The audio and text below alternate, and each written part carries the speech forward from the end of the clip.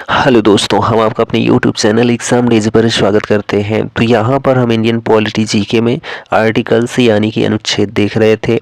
तो सभी अनुच्छेद हम चर्चा कर रहे हैं। तो आज का जो हमारा वीडियो बन रहा है वह जो है 5वां वीडियो बन रहा है। तो आगे के जो 4 वीडियो हैं पीछे के, उनको आपने नहीं देखा है तो जाकर देख लीजिए। तो चलिए आज का हम सेशन स्टार्ट करते हैं। तो जो है भाग कुल कितने हम लोगों ने देख लिया है, तो भाग 9 खा तक देख लिया है। ठीक है, भाग 9 खा जिसमें जो है सहकारी समितियां हैं भाग 9 खा में। ठीक है, और आज हम देखने वाले हैं भाग 10। ठीक है, स्पेशल। और उसके बाद भी आगे चलेंगे भाग 11 और जो है भाग 12 तक। ठीक है, तो चलिए हम देखते हैं भाग 10। इसमें क्या दिया गया है, तो अनुसूचित जाति और जनजातीय क्षेत्र को दिया गया है the scheduled and tribal areas. ठीक है, the scheduled and tribal areas जो है अनुसूचित और जनजाति क्षेत्र।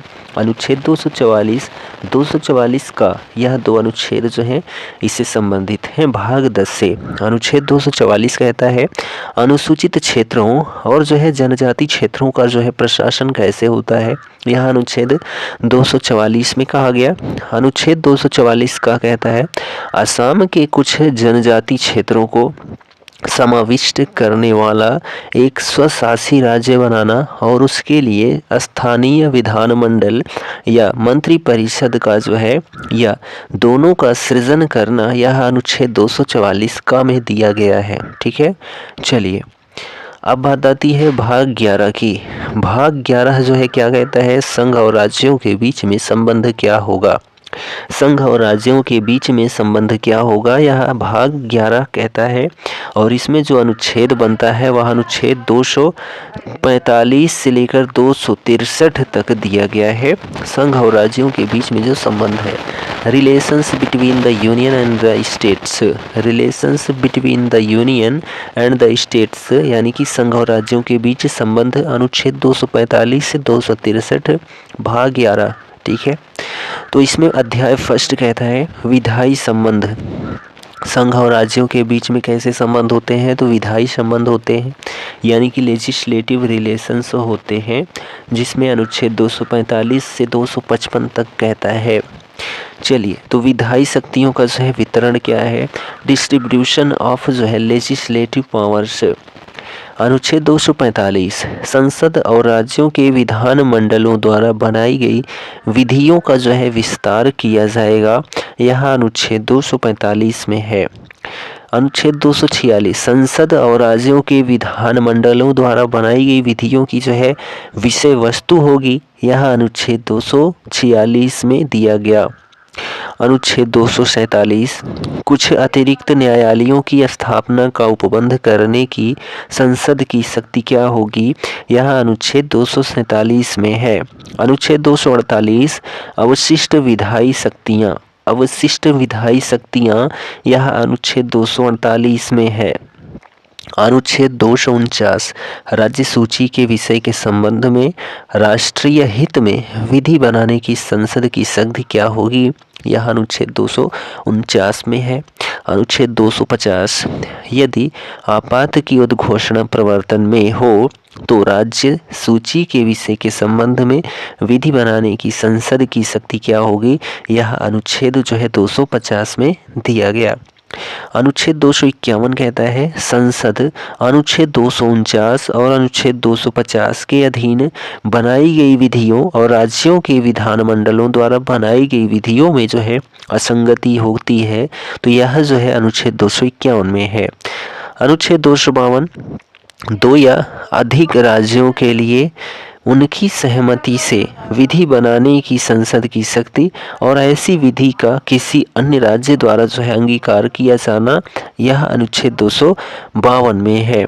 अनुच्छेद 253 अंतर्राष्ट्रीय करारों को प्रभावी करने के लिए जो है विधान बनाया जाएगा, यह 253 कहता है। अनुच्छेद 254 संसद द्वारा बनाई गई विधियों और राज्यों के विधान मंडलों द्वारा बनाई गई विधियों में जो है असंगति संगति होती है, यह अनुच्छेद 254 में है। अनुच्छेद 255 सिफारिशों और पूर्व मंजूरी के बारे में अपेक्षाओं को केवल प्रक्रिया का विषय मानना, यह अनुच्छेद 255 में है। अनुच्छेद यहाँ पर अध्याय 2 आता है, प्रशासनिक संबंध कैसे होंगे संघ और राज्यों के मध्य में, एडमिनिस्ट्रेटिव रिलेशंस कैसे होंगे संघ और राज्यों के मध्य में। तो इसमें साधारण जो है अनुच्छेद 256 से 261 में है। अनुच्छेद 256 राज्यों की और संघ की बाध्यता, ठीक है, राज्यों की और संघ की बाध्यता जो है अनुच्छेद 256।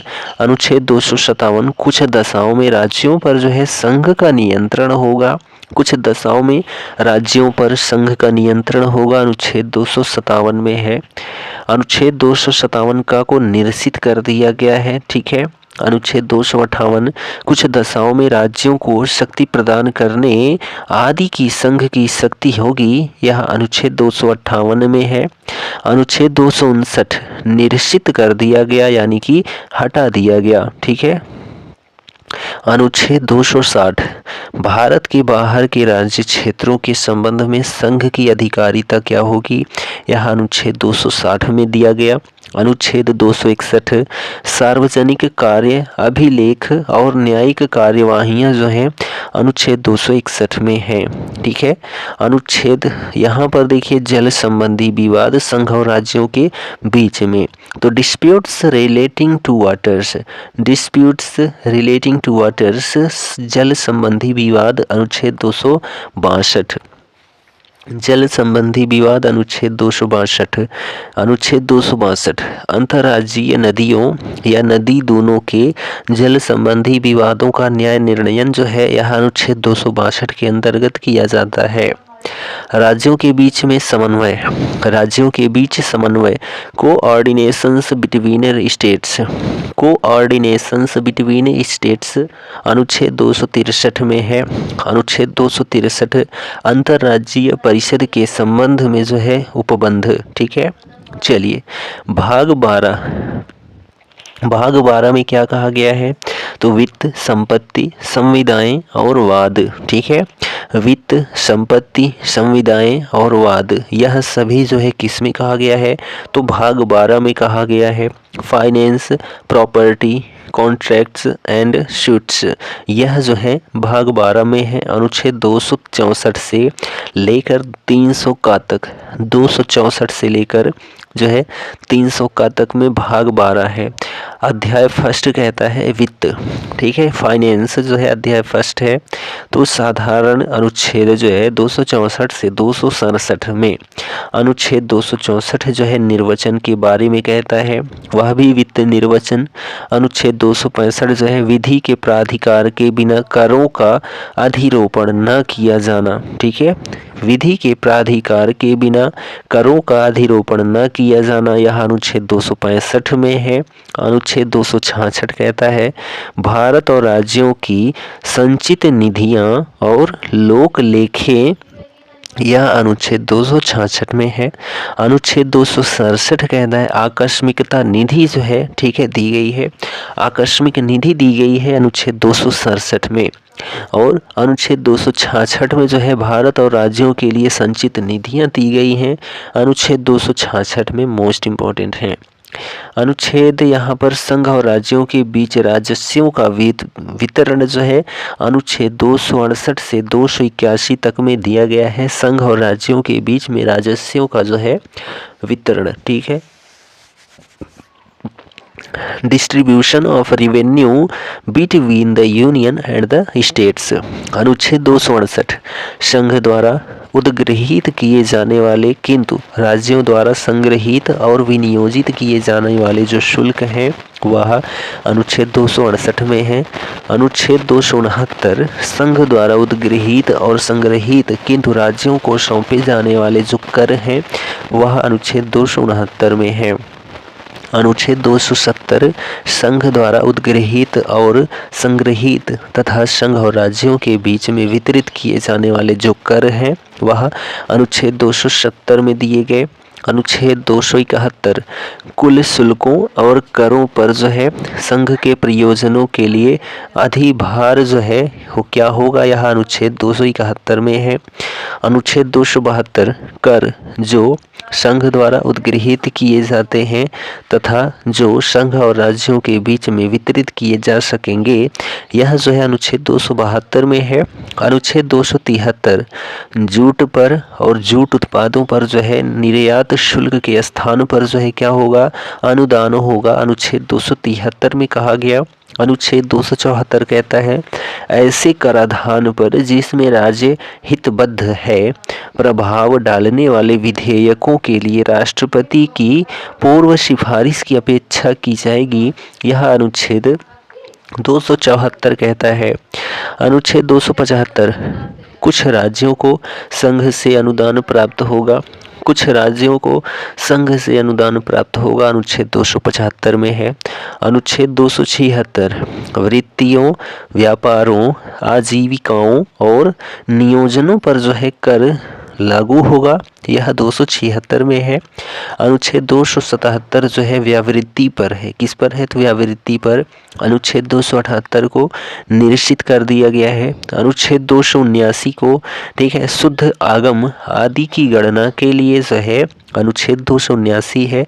अनुच्छेद 280 वित्त आयोग, मोस्ट इंपॉर्टेंट है, जरूर दिमाग में रखें कि वित्त आयोग का जिक्र जो है किस अनुच्छेद में है, तो 280 में है। ठीक, अनुच्छेद 281 वित्त आयोग की सिफारिशें, ठीक है, वित्त आयोग की सिफारिशें जो हैं यह अनुच्छेद 281 में है। ठीक है, चलिए अब आगे आता है प्रकीर्ण वित्तीय उपबंध, मिससेलेनियस फाइनेंशियल प्रोविजंस। ठीक है, प्रकीर्ण वित्तीय उपबंध अनुच्छेद 282 से 291 तक, 282 से 291 तक जो है क्या दिया गया है, तो दिया गया है प्रकीर्ण वित्तीय उपबंध। ठीक है, अनुच्छेद 282 संघ या राज्य द्वारा अपने राजस्व से किए जाने वाले व्यय जो होते हैं, संघ या राज्य द्वारा अपने राजस्व से किए जाने वाले जो व्यय होते हैं वह अनुच्छेद 282 में दिए गए। अनुच्छेद 283 संचित निधियों, आकस्मिकता निधियों और लोक लेखाओं में जमा धनराशियों की अभिरक्षा आदि 243 अनुच्छेद है। संचित निधियों का जिक्र 266 अनुच्छेद में है। आकस्मिक निधियों का जिक्र जो है अनुच्छेद 267 में है। लोक लेखाओं का जिक्र जो है अनुच्छेद 266 में है। अनुच्छेद 284 लोक सेवकों और न्यायालयों द्वारा प्राप्त वादकर्ताओं की जमा राशियाँ और अन्य धनराशियों की अभिरक्षा जो है अनुच्छेद 284 में है। अनुच्छेद 285 संघ की संपत्ति को जो है राज्य के करों से छूट होगी, संघ की संपत्ति को जो है राज्य के करों से छूट होगी, यह अनुच्छेद 285 में है। अनुच्छेद 286 माल के क्रय या विक्रय पर कर के अधिरोपण के बारे में निर्बंधन किया जाएगा, यह अनुच्छेद 286 कहता है। अनुच्छेद 287 विद्युत पर करों से छूट होगी, विद्युत पर करों से छूट होगी, यह अनुच्छेद 287 में है। अनुच्छेद 288 जल या विद्युत के संबंध में